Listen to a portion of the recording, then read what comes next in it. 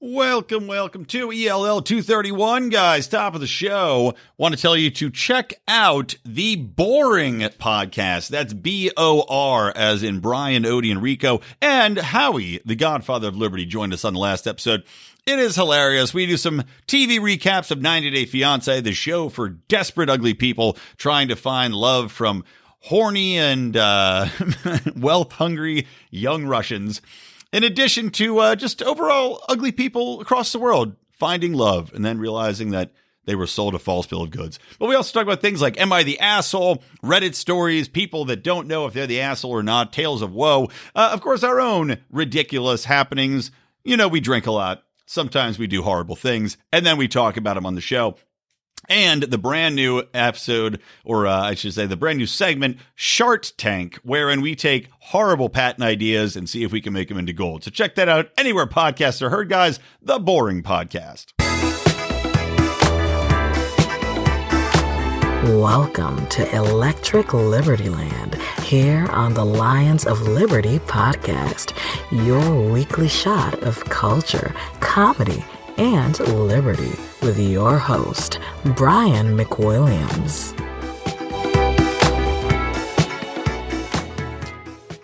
All right. Welcome, everybody, to Electric Liberty Land episode number 231. Now, you know, for a while now, we've been meaning to do a little bit more video for the podcast. I know you guys are listening through your ear holes every week to my delicious voice and ramblings, but we wanted to get a little bit more involved with YouTube. Even though the bastards have demonetized us and we don't know how to get off demonetization. There's basically, you know, there's ways that you can challenge being kicked off YouTube, getting content removed from YouTube. But as of right now, we've not been able to figure out a way to get ourselves back on the monetization, the money train. Denzel Washington, can you give us some advice, please? Have you on the podcast to talk about it. But it's one of those amazing things where this giant company exists, has all these products and services that people use, but yeah, you can't really get any fucking contact with them because it is a labyrinth of, you know, walls and just basically every avenue you go to ends in a dead end and there's nowhere to tell you to go from there, right? So we don't know. We don't know what we're going to do. But either way, it helps us to have more of you watching on YouTube. You get to see my beautiful face. And I'm going to experiment a little bit here with how we're going to do the format, because obviously with my show, there's going to be a lot of edits. And our beautiful VP of social media and social content, Justin Campbell, is going to be helping us out with that and figuring out those edits for us. But for now, I'm going to do a trial run. I'm just going to do the front segment of the show and not go and try to figure out how I'm going to, you know, give him the wink, wink, nudge, nudge to edit out the content yet. I'm tired. I don't feel like dealing with it. But if you want to go, if you're just listening to the podcast and you want to go to our YouTube, it's just youtube.com/Lions of Liberty. And you can see me record this and you'll get more of this as we figure it out moving forward. But at the top of the show today, I wanted to tell you two things. Number one, go and support our longtime sponsor, Zippix, Zippix, toothpicks.com. These are nicotine-infused toothpicks. They also have vitamin B12 ones, which I like for my hangovers. I'm still hungover from Memorial Day, which is the topic of this rant. But these guys have been a longtime sponsor of the show. Fantastic product if you want that hand-to-mouth feel. Like if you're a smoker, if you're a vapor, if you want something that you're going to be able to put in your mouth, roll it around, get that feel and still get that nicotine buzz, these will help you. I have had personal friends that got off of smoking, got off of vaping by using them. Now, that's not a promise for everybody, but it did help these friends of mine.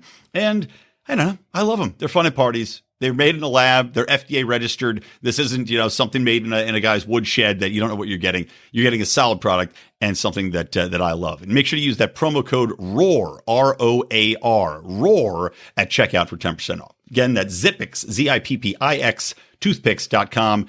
The link will be in the show notes.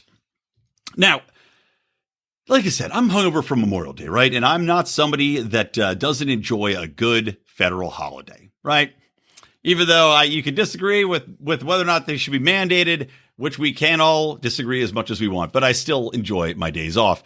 And I'm celebrating it this past weekend, right? You know, playing a little beer pong, doing a little shots. And I wasn't really going to talk about Memorial Day that often until something today when I was reading through the news links, Howie Snowden, he always sends out his news links. And just in reading about some of the celebrations and seeing some of the celebrations online and what people have posted, thank you for your service. Thank you to those who have died in the past defending American liberties. I couldn't help but think about just how ironic it's become that we celebrate Memorial Day, right? And that's not to take away from the memories of the dead. That's not to take away from those who have died in the service of the country or in the service of something that they believed in, right? The service of something that was the American lifestyle, American liberty, right? Your right to live your life, your right to liberty, your right to protect your family, protect what you've worked for, protect the way of life that you had come to become accustomed to and to believe in as the greatest and most inspirational way of governing that the world had seen, right? To this point, let's say. Now, I know there's a lot of myths and legends involved with military history in the United States, of course. I know that there is a lot of myths and legends that are not necessarily accurate in how we are told the country came together. And I'm sure a lot of that is true. I'm sure a lot of the myths we were told about the founding fathers are not completely accurate, but they did lead to a system which I think should be defended. And it's something that has been eroded over time. And that, of course, like I said, is centric on liberty, centric on personal property, centric on protecting the individual's right to make their way forward. And we've been in several wars, arguably lied into many of them. But in the past, at least we'd say, well, there was a threat at large, right? We're protecting the American way of life. These people went off and died for what they believed in, and they returned. Some of them alive, some of them dead, but they were viewed as heroes, right? Remember the fallen soldiers defending our way of life. And again, I'm not trying to besmirch any of those people. But where it's become a little bit ironic to me is that the people who died in the past protecting American liberty are pretty much a lost generation or generations. These people, with very little doubt in my mind, will never exist again as I would view them.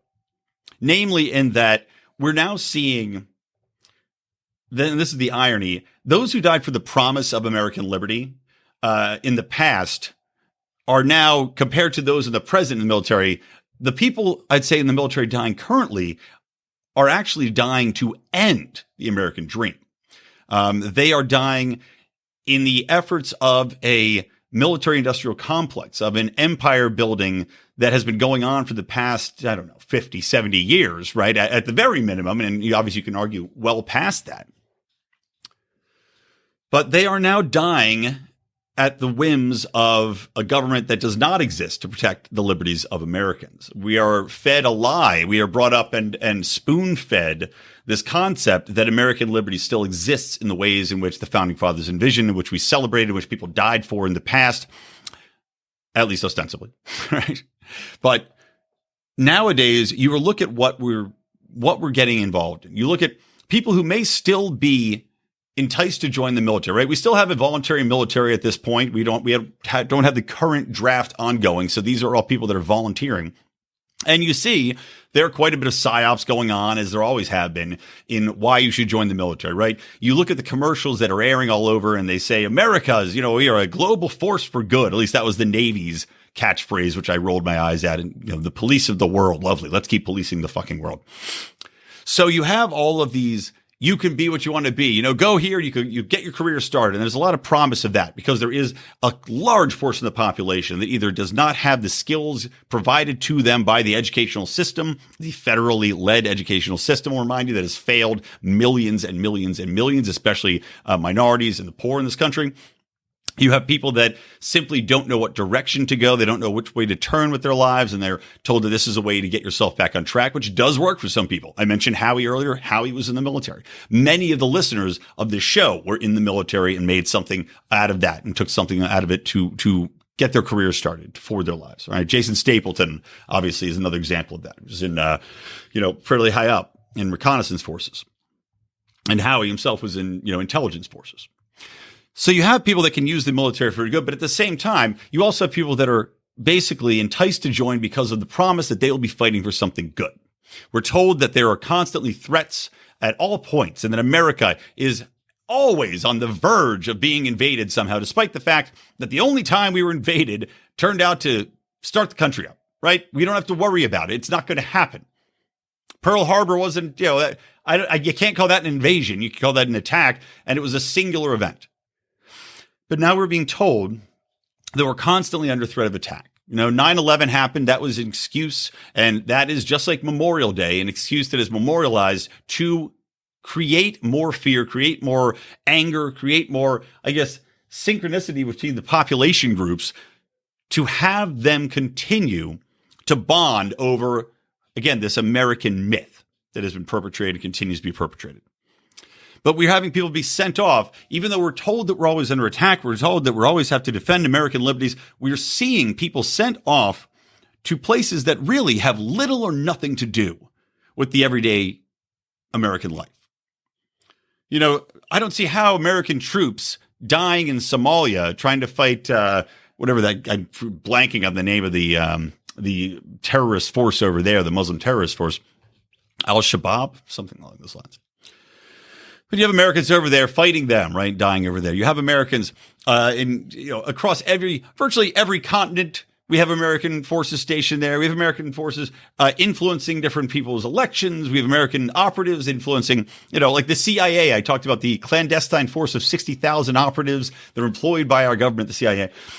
But taking that aside, actual people on the ground fighting. We've been in Afghanistan for 20 years, and Afghanistan had nothing to do with 9/11 from every practical standpoint. We've been there for 20 years. Americans have died there for 20 years.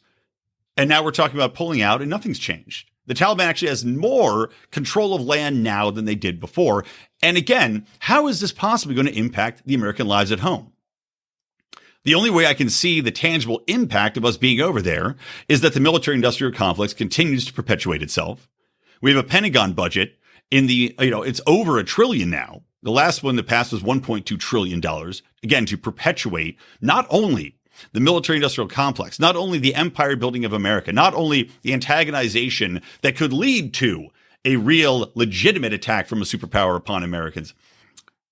Not only that, but like I'm saying, the CIA's clandestine operation of 60,000 people. You have the Biden administration with, using this massive military budget built up on this. We must always protect America. We must memorialize the troops who died there for American liberty. You have them using that budget to look into hiring outside contractors that don't exist under the actual purview of government, because then they would have to abide by your Fourth Amendment rights, right? They'd have to actually abide by the laws which were put into place under the Constitution, whether or not you approve of that document or not. They exist, right? Your rights, your protected rights. The Biden administration now is looking to use their funds to go around those protected rights and hire private contractors, data mining operations, third parties that exist in the private sector in order to spy on you, the American citizen. So we continue to see the use of Memorial Day as to gin up these jingoistic thoughts. We look to see the anniversary of 9/11. Right, as another reason to keep people never forget, right? We're told never forget that this attack happened. We're reminded constantly. Every news station dedicates hours of coverage to it. We have national speeches being done. We have monuments that have been erected everywhere. We have monuments erected in places as far as Los Angeles. I walk my dogs and there's the 9/11 monuments everywhere, even though I don't know what 9/11 monuments have to do with Santa Monica, but we can never forget. But not only that, it's not only the national holidays insofar as getting people to buy into what we're being told is protecting American liberty, but really is the erosion of it. We look into almost any big holiday now, right? We have been turned Columbus Day into Juneteenth, right? Because now we're celebrating the slaves and the freedom of the and black rights and all this stuff. At least that's what we're told we're celebrating. But in essence, is it trying to divide us more as a people? Is it trying to distract us away from what's going on? It's like when you see corporate America embracing wokeism or the CIA embracing wokeism, which they recently did in their ads. It's that classic trick of misdirection. Look over here. We're celebrating black rights. We're celebrating women's rights. We're celebrating our diversity. We're celebrating all these things. But as we're looking over there and celebrating diversity, we're ignoring the main culprits here. We're ignoring crony capitalism, eroding the value of the dollar. We're looking at the Fed teaming up with banks, printing trillions and trillions of dollars and undermining the basic American's ability to save and spend and support a family. All the while, we're still propping up government. We're growing the government. We're growing the people that are depending on the government dole. So they're building an army, basically a coalition of people that are reliant on the government. And the military is a big part of that, because you think of how many people are employed by the military. You think about all of those people that are employed in military adjacent careers in creating the bombs, the weaponry, the research organizations, the intelligence organizations, the software that promotes this. I have friends that work in, literally just upgrading the softwares on Coast Guard ships. You're talking millions of people that are enlisted into this coalition. And that's not to mention the people that were injured overseas that are now dependent on the government because they have been laid low, either by virtue of PTSD, by getting their arms and legs burned off, by being burned beyond recognition, by having deep psychological issues, being drug addicted. The government in this threat is what I view. I mean, like I said, the irony of Memorial Day, the irony of most of these celebratory days is that they are eroding the basic liberties, because all we're doing when we're celebrating the current iteration, and again, not to take away from people that have died over there, they probably died believing whatever con they were sold about dangers to the United States. Or maybe they just were trying to get a lifestyle going, trying to get life skills going. But like I said, they should be the angriest people of all on Memorial Day. They should be fucking furious on Memorial Day, because it's not what they signed up for. What they're doing now is not defending American liberty. What they're doing now is tearing it down piece by piece. They are entrenching a huge government system, the largest in the history of the world, entrenching a government system that is dead set on eroding the basic liberties of its own citizens. We are seeing it play out. We're seeing the Biden administration, by leaps and bounds, attack virtually every institution. We're seeing the adoption of critical race theory, which is without a doubt divisive at its very core. It is designed to teach people that the founding of the nation was not based upon, common principles of liberty, of equality, of, what we've been taught, even if they owned slaves. Yes, I acknowledge the founders had slaves. I acknowledge that. But people tried to rip Jefferson down. Jefferson tried to put amendments to end slavery several times. Just FYI. He's not a perfect man. There's no perfect system. There's no perfect country. There's no perfect people. But when you look at what the end results of this are, it is for censoring speech. It is for controlling the mindset. It is for basically undermining the basic foundation principles of liberty, of private property rights, and not of, what do they have? I don't want equality of outcome. I don't want equity, right? The country is founded upon hard work. You make your way here. You're assured nothing except your freedom, except your liberty.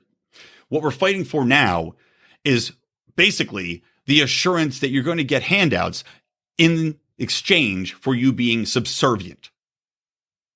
It's the irony is almost too much in that, as we talk about slavery being a foundational point of the country in all these doctrines like the 1619 Project or critical race theory, we're ignoring the fact that it's being used to create modern slaves that are dependent on the government and look to the government as the master.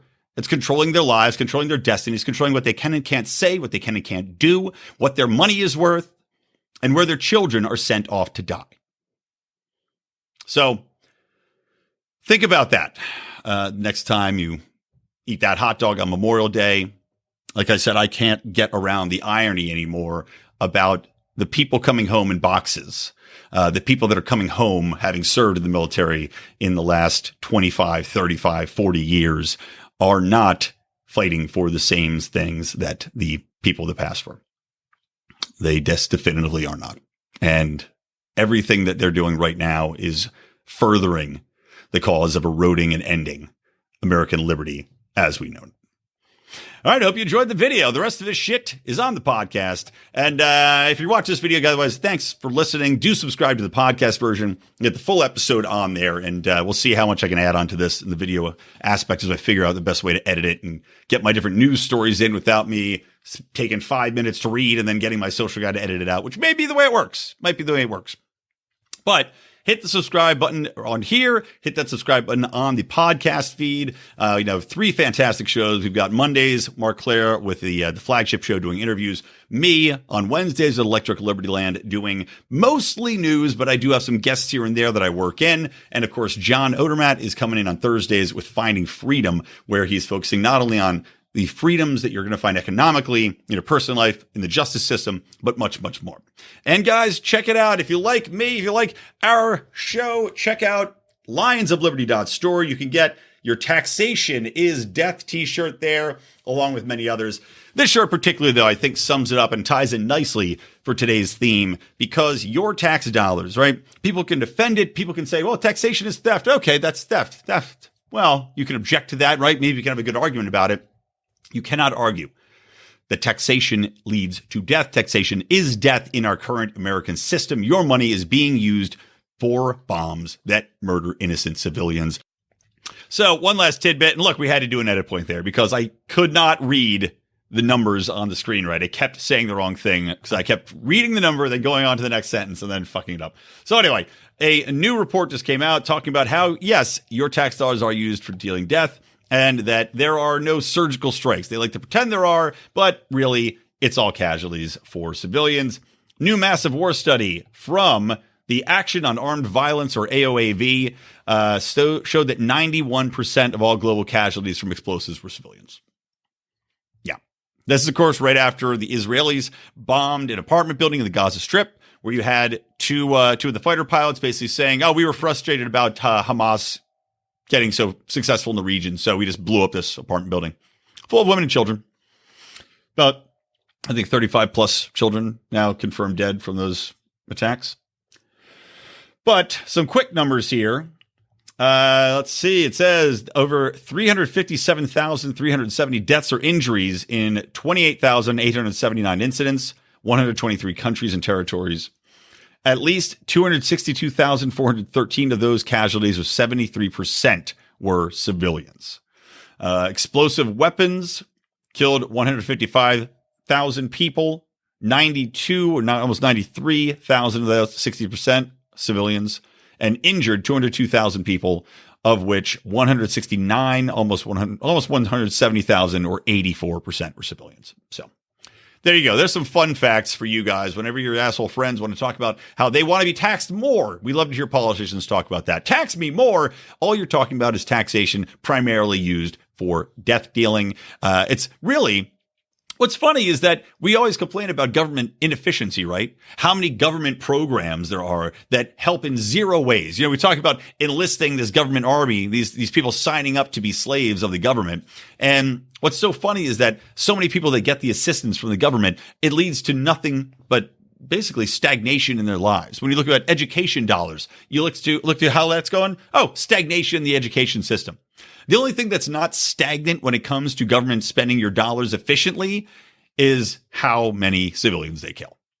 Actually, I can't even say it's efficiently, but they're pretty damn good at killing civilians in other countries. All right, so next topic here, moving into some censorship in regards to COVID, right? Now, we're seeing COVID get, rolled back. We're seeing a lot of mask mandates drop here in Los Angeles, which had kept them going extra stupid fucking long, is now going to be dropping them as of the 15th. And I cannot wait. God, I can't fucking wait. But we still see that Facebook is fact-checking, right? Facebook's still taking down misinformation. And, I said the irony of the misinformation thing, I guess irony is the theme of today's show, is that you see these people at Facebook censoring information. You see YouTube taking down any videos that run counter to the official American Society narrative, the official CDC, to Fauci, right? They take down anything that dare question it, and now they're being proven correct. I mean, originally we were told that no one could question whether or not the virus came from China, right? No, we had to go along with the efficient government narrative that there was no way, that it was outlandish to say, it was racist to say that it came from a bioweapons research or a bio facility in Wuhan, China. And now it's certainly looking like, oh yeah, this more than likely came from a bio research facility in Wuhan, China, which was at least partially funded by Fauci's money and the U.S. government's money being funneled that direction. So conveniently, the narratives change. Now you can talk about it without being booted off Facebook, without being booted off of Twitter, without being booted off of fucking YouTube. Not only that, we see the whole mask narrative, right? We're being told that you have to spray down every surface, that it spreads and lives on surfaces for up to 2 weeks, all sorts of crazy bullshit. Anybody that posts any other scientific research pushing back on it, Facebook's going to fact check it. Facebook's going to remove it. You're going to get zucked. People's entire groups were eliminated from Facebook because of quote unquote misinformation. When we now see that information was 100% true, 100% accurate, that the narrative of the day, more often than not, especially early on in a pandemic, in the existence and evolution of any disease, or really of any news story period, tends to be vague and inaccurate at the forefront of it. And then as we learn more, shocking, especially with a virus, especially with something of a health matter, especially with anything with science where research is actively being undertaken at all times during this. What a shock. We find out more as we go along. So it's extra incredible that we see the stupidity, that these assholes on the left are cheering on censorship of information, as my dog fucking barks in the background. Censorship of information, which is more likely than not going to be at least as valid or more valid than the information which came before it. But Facebook really put this into practice, even though they pretended that they were only fact-checking things that were, proven and agreed upon science. Well, it turns out that James O'Keefe, who's really doing some great work over at Project Veritas, released another video talking about how the tech giant of Facebook is, in fact, using algorithms to target people who disseminate messaging that runs counter to the company's political ideology and vaccine narrative, even if the comments are factually accurate. Now, Keith was on Tucker Carlson, and I was trying to find video to pull from YouTube on it, and coincidentally, YouTube seems to have pulled all the videos of Tucker Carlson and James O'Keefe's conversation. There's a bunch of other ones on there from Tucker, but apparently this one has been eliminated from our social lexicon. But we've got a Fox News report on it, so I'll just read some quotes. Basically, he found videos from these whistleblowers who went on and on the record talking about how Facebook is trying to eliminate vaccine hesitancy. And essentially what they do is they try to quash and demote any comments that show vaccine hesitancy, because they want people to subscribe to the narrative. They want everyone to go get vaccinated, and anything that qualifies as quote unquote vaccine hesitancy will be quashed. So, like I said, even if it's factually accurate, maybe it's something posting about the dangers of vaccines. Maybe it's something questioning what people who have immune diseases or compromised immune systems are supposed to do here, because they're not allowed to get the vaccine. It could compromise their immune system. It could lead to a lot of other health complications. So they are basically ineligible from getting it by virtue of their own complications. Anything like that, probably demoted. What about talking about people that are pregnant having issues, that talking about the blood clots in the AstraZeneca vaccine, talking about any number of issues here, talking about just basic questions on whether or not you should vaccinate your child, because many children are basically immune to it as far as the symptoms, as far as getting sick from it. And even I would say, I'll even go as far as to venture that I would bet you dollars to dimes that anyone questioning whether or not you should have to get the vaccine if you've already had COVID because you have natural immunity to it should, I'm saying Facebook probably in all likelihood demotes that as well. So this guy goes on to say that essentially they are going to try to censor anything that questions that narrative, and that their goal is to expand the algorithm and expand and work within it so that essentially anything outside of pure agreement will be automatically demoted. People won't see it. You'll wonder, why am I not getting traction? Where are all the likes on this comment? Where's just basic interaction on it? Well, essentially anything that goes against the pro-vaccine narrative will be demoted.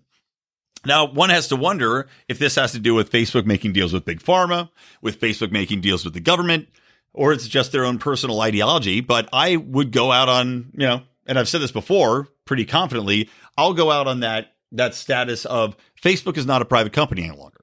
Facebook works with the government hand in hand. Facebook wants more regulation working with the government to eliminate competition. We already know that they work hand in hand with the government, providing personal private data to people. We already know how social media companies from Twitter through to actually banks have turned over private personal information in regards to the Capitol, quote unquote, riot slash photo op that the police let them into. So it's just one more reason that Facebook must be abandoned. I mean, I say this knowing that we have a community on there, but we are looking to move on somewhere else. We're looking at locals. We're looking at some other options that are going to give us that platform where we can have a community where we're going to be safe, protected, and have freedom of speech and not have to worry about our own users getting booted off or demoted or having our group constantly getting dings, which we regularly get our dings brought up now. Threats against us from the Facebook gods to take our group down and find other places to go. Facebook has proven itself to be as evil as they come. And when it comes to censoring legitimate health information because you want to push a narrative or because you're so in bed with the government narrative that you can't allow any dissent, that is literally endangering people's lives. I mean, we're talking about people completely being kept in the dark as far as valid scientific information because Facebook doesn't agree with it politically. Just, wow, that's fucked up. And you know what? While we're talking about mega corporations, another article caught my eye. This one was from Reason, which, you know, man, I tell you, we advertised with Reason on their podcast, and we got a lot of good listeners out of that. We had a few people that gave us 1-star reviews because they're fucking assholes who apparently said that we just give right-wing talking points. Because, you know, that entire diatribe I just did about the Irony Memorial Day, I'm sure all the GOP would stand up and salute that, right? Questioning the military complex. But once in a while, they'll pump up some good stuff. And, you know, I could say that they've been getting a little bit too woke for my liking. And I've seen quite a few examples of it that have really made me a little bit pissed off at Reason. But again, you know, still a force for good overall. However, I read an article about DC's Attorney General suing Amazon into forcing it. They're trying to force it to feature worse deals.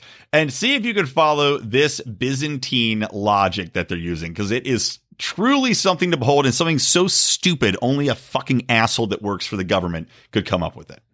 So this is all centered around Amazon and its fair pricing policy. And this woman, let's see, her name is Attorney General, oh no, sorry, it's a guy, District of Columbia Attorney General Carl A. Racine.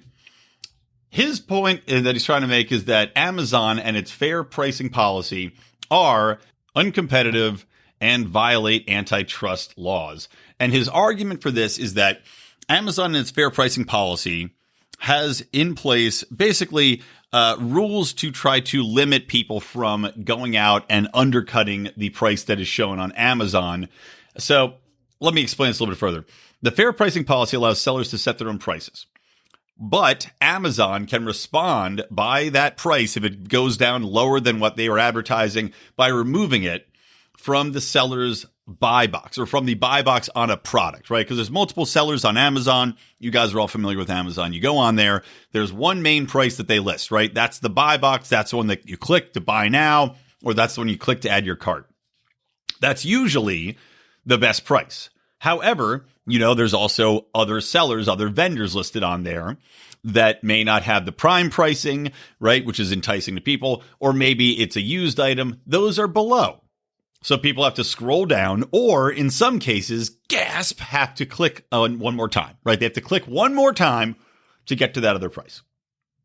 Now, because the buy box is prominent, it's advertised, it's the go-to, and the one that gets the most clicks and buys, sellers are enticed to price their goods so that they will be advertised in the buy box. This guy's argument is that vendors who have selling their goods through other outlets have objected to the arrangement because if they do list their products on those other sites for lower than Amazon has them, Amazon exercises its right to take it out of the buy box and put a cheaper product in there or a cheaper vendor in that buy box, right? Because they want to have people seeing the lowest price that they can buy on the website first. Good business practices for Amazon helps the consumer, right? You're getting the lowest price on that website. Now, you can seek out, if you want to spend the hours to go and research the lowest price on a product, you can still seek that out. Just the way it's always been throughout history. What is your time preference? What's your time worth? That's why Amazon is so unbelievably successful. It is keyed in to the most amount of people's time preference for how they want to use their time. I use it because I go on there, I can see multiple quotes for the product, and with one click, I can order it. It comes to my fucking house. It comes in a day. I only buy off Amazon for Prime products because I pay for Prime. It comes to my house in a day. It's very convenient. My time preference has spoken. But these people, this attorney general is arguing that because those people had their products removed from the buy box, because they had to make an extra click, aka actually have to do a little bit more effort to research, that somehow is breaking antitrust laws. Now, in his own statements, right, they've done research in this. They acknowledge it doesn't break any antitrust laws. It's not anti-competitive. Or I should say, they acknowledge it's not anti-competitive. But they still think somehow this violates trust laws. So that's basically what this guy's arguing. This reminds me of Josh Hawley, who I can't stand in regards to his big tech positions, because while, yes, I acknowledge and agree with the fact that big tech has become too powerful, I also am largely against regulating it because of the government involvement and because big tech already lobbies, as I was just talking about with Facebook, big tech lobbies to get regulated, because we always see regulations simply lead to smaller startups having to go through vastly expensive armies of lawyers to try to get their products on the marketplace to deal with all these regulations, which are made more intrinsically difficult to deal with by these big tech companies to force out competition, which is why they all ask to be regulated. But Howley was going through and trying to push some social bill that he said, won't somebody think of the children, but it was to stop people from being able to scroll at their leisure.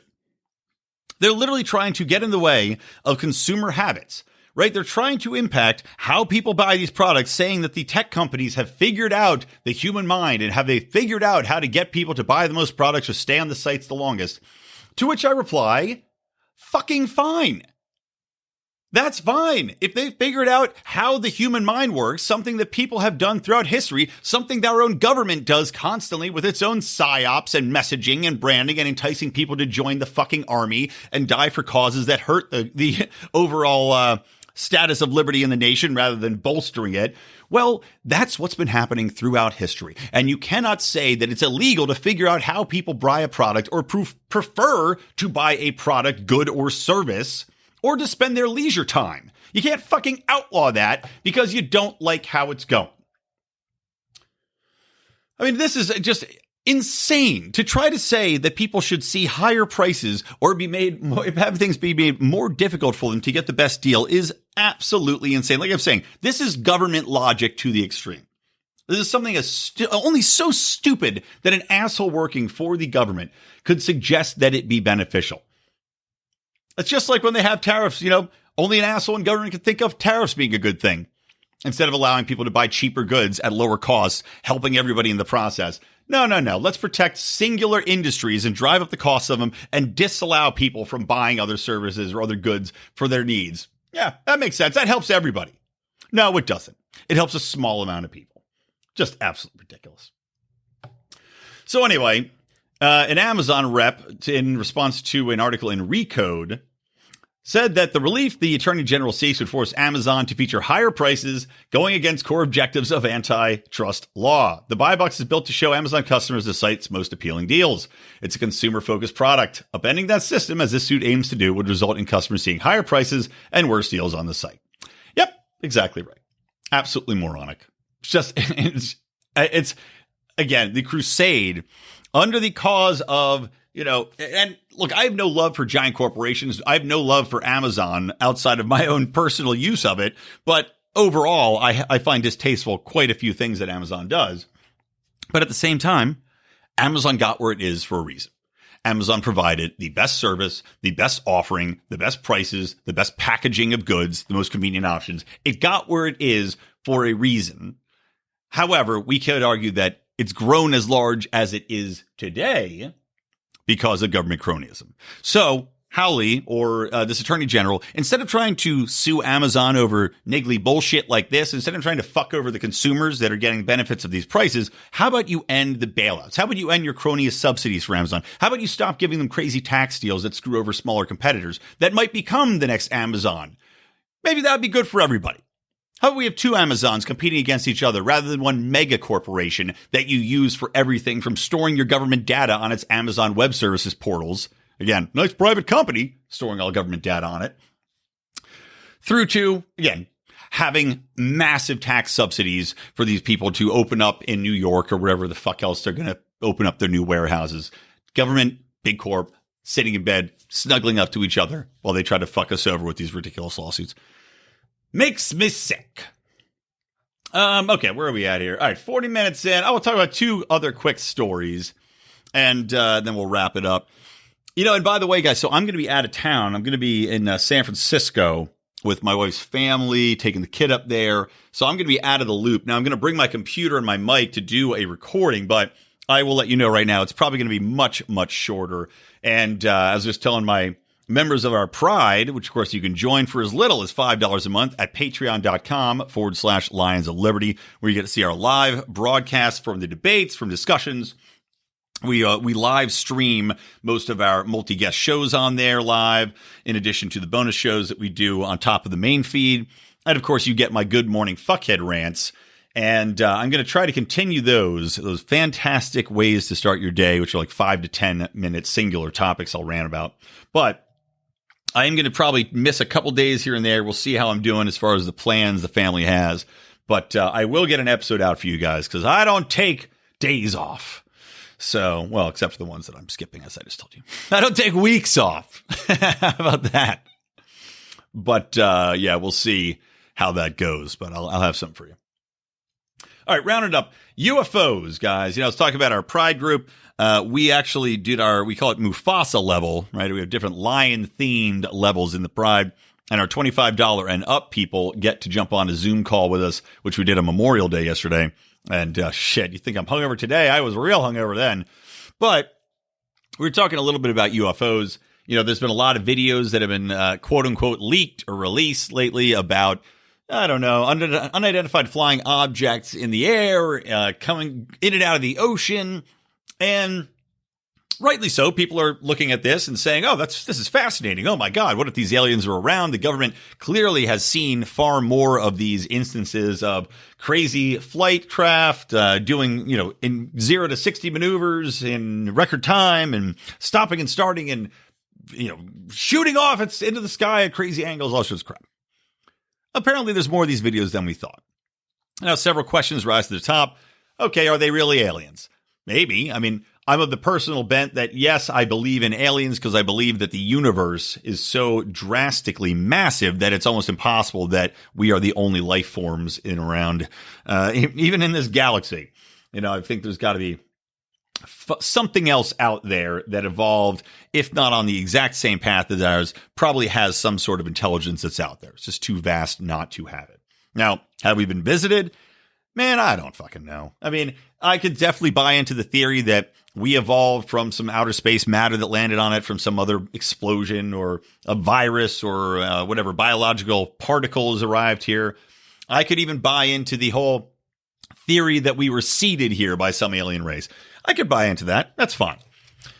But I do question whether or not some of these craft that they're capturing are in fact just aircraft that we have right here at home. Good old domestically designed experimental craft that have capabilities that we're not aware of as, you know, peons that are not privileged to see what the government is working on behind closed doors, be it our government or other governments. I think the drone technology has advanced so quickly that a lot of these things could lightweight drones that happen to be able to move far more intricately than we would expect from a larger aircraft, but they can still show up on radar or some sort of FLIR pickup. You know, the imaging that they have on a lot of these craft. So there's that aspect of it, right? But the thing that really comes to the forefront of my mind, and this is what we were talking about yesterday, is just the timing of all this. You know, it's like, okay, we just went through these big lockdowns and now the truth's coming out. The truth is coming out about the lockdowns being absolutely pointless in every nation they were undertaken in. There is zero correlation between lockdowns and any sort of dip in the COVID population, in the dip as far as death rates. We see, if anything, arguments that the states that did the least amount of lockdowns, the least amount of masks, had the most success in stemming this, or at least getting probably to herd immunity. Where the most amount of people got it, those who were going to get it and die, which a certain part of the population was just naturally going to be more predisposed to this disease, sadly, passed away. But the rest of the people got that herd immunity. They're fine. They're out there walking. Or it might have just been that you have people actually going outside in the air, getting sunlight, getting vitamin D into them, which we know was something that stopped the COVID virus from spreading within your cells. So we see that breaking down. We see people turning a lot of ire towards the government, right? We see a lot of questioning of these things. We see a lot of questioning of the narratives. We see the people turning on Fauci, God King Fauci, because of his involvement. We see now the narrative about the Wuhan lab coming to the forefront, how this was developed probably and not naturally occurring. So what a great time for UFO videos to come out, right? Just like we see so often where there's a new terror threat. And don't get me wrong, the UFO videos coming out kind of goes along with climate change. You know, there's a lot more hoopla about climate change now. We got to keep beating that distraction drum. But on top of that, there's also the Russia and China narrative. I talked about this several episodes ago, where you're seeing a pivot from CENTCOM, which is focused on, primarily, they were focused on anti-terrorism activities, right, in the Middle East. And now, let's say, now we have to pivot because it's China and Russia that are the big dangers. Okay, what happened to all those psychopaths that we were told were going to threaten our liberties? What about all those pieces of shit that we armed in order to overthrow some dictator or battle some other crazy group that turned on us? The Al-Qaedas of the world, the Al-Shabaabs of the world. What about all those people we were told were ultimate threats to our American way of life? Oh, we're not worried about them anymore? Okay, cool. We'll just look back towards Russia and China. Russia, of course, who has been the constant boogeyman built up over almost a century now. And China, who was one of our closest trading partners for so long. And now, because China's, I guess, got some military designs, they're realizing that they are a superpower in their own right, is beating a little bit of a drum. Well, now we're told that they are what we need to be worried about, that war with China is almost an inevitability. This is what we're being told by some of these government advisors working under Biden, the Blinkens of the world, the neocons, which he has brought in, this progressive democratic leader, bringing in all these goddamn neocons. So yeah, what a convenient time for the UFOs to be trotted out there, to take all of the consumer minds, the ill-informed American populace that can't be bothered to research anything. They can't be bothered to look through the shimmering veil of bullshit that's foisted upon us by the government and realize that they're being absolutely raped at home, that we're seeing our currency undermined because of all the COVID-relating spending, that now we see inflation flying through the roof, but instead of talking about that, instead of talking about the Federal Reserve, instead of talking about bailouts, instead of talking about fiscal debt and that fiscal cliff that's quickly approaching, instead of talking about the very real threat that the U.S. dollar could be unpegged from the petrodollar and no longer have the buying power that we want and just sink like a stone, well, little green men, everybody. Everybody pay attention to little green men. And don't forget that can also be conveniently used, like everything else, as another way to bolster that federal budget, right? We need to worry about the aliens up there. We need to develop these super spacecraft to fight back at them. I mean, I get the UN on this. New world government. Everybody's going to chip in. We're going to make some super spaceships, some super lasers. And don't forget, the war on terror at home might be over, but at any time, we could have an alien 9/11. At any time, the Statue of Liberty might be thrown into the Gulf or into the ocean. We could have lasers melting her giant green vagina into nothingness. And then where would your liberty be, Americans? These fucking aliens coming here and taking over all your liberties? They don't care about the Constitution. They're spying on you right now, looking at you through your toilet. You get what I'm saying. What a great new avenue to pursue as far as convincing people that there's more threats out there than we could ever know. And this is, we're hearing about all this other hoopla about comets coming in. Every day, how is a news link about another comet just barely missed the country. A comet just whizzed by Earth. Okay, So fucking what? I don't care. I don't buy into it. I don't think it's an imminent threat. I think the odds of a comet hitting us and taking out the vast population are probably little to none. And if it happens, there's nothing we can do about it anyway. Period. There's nothing we can do about it. They researched it. Right now, where we're at technologically, there's nothing we can do about it. So between the comets and the aliens, we've got a brand new world of funding that has to be allocated. We have a brand new Pentagon budget for the Space Force or whatever else Biden created. I was like, he couldn't go along with the Space Force. He had to create some other fucking space-centric org to pump money into. So a convenient distraction for everybody. And one more thing, Idiots of the Week, guys, is Ellie Kemper, who is an actress, a redheaded chick that took over for Pam as the receptionist on The Office. She's on a show called The Unbreakable Kimmy Schmidt. She just seems like a very cute, fun little girl, right? Innocent little thing. But because she grew up in St. Louis, and because St. Louis has some old ties to white supremacy, like St. Louis, they still say is a fairly racist environment in a lot of ways. They say that there's a lot of, passed along generational divisiveness between the whites and the blacks there, despite St. Louis being a fairly black city in its own right. So she went to a ball, and it was when she was 19 years old, called the St. Louis Veiled Prophet Ball. Now, this was back in 1999. And apparently the origins of this is that it was a secret fair originally formed in 1878 to honor the ritual of Mardi Gras, and is reportedly associated with white supremacy. I don't know exactly what Mardi Gras and white supremacy have to do with each other, but that's what this this Page 6 article is saying. So they're saying each year they choose a person by a secret board of elites to anonymously play the role of the veiled prophet, who then chooses a queen of love and beauty to dance with and gets a gift like a tiara or pearls or whatever else. So Ellie Kemper, she was there. She's 19. She went to Princeton, which is close to where I grew up, Princeton University in Jersey. So they said she's the new veiled prophet queen. They picked her out. Now, this article is claiming that the veiled prophet, is said to be dressed with a white Klan-style hood and robe, while armed with a pistol and a rifle. I don't see any photos of this because it's a secret event, so this is all hearsay. And as we have seen many, many times in the past, how many veiled Klansman robes turn out to be nonsense and simply misunderstandings. But let's say she went there. Let's say there was a Klan hood and whatever else. Now, the only problem is that this organization they didn't allow black people before 1979, but then in 1979 they did. So now this organization has black people in it, and I can't think that the black people that were at this ball and part of the organization would be cool with the Klan outfit, the guy wearing a hood and a white Klan robe and picking the prettiest girl at the ball, right? Just doesn't fucking add up. Doesn't make fucking sense to me.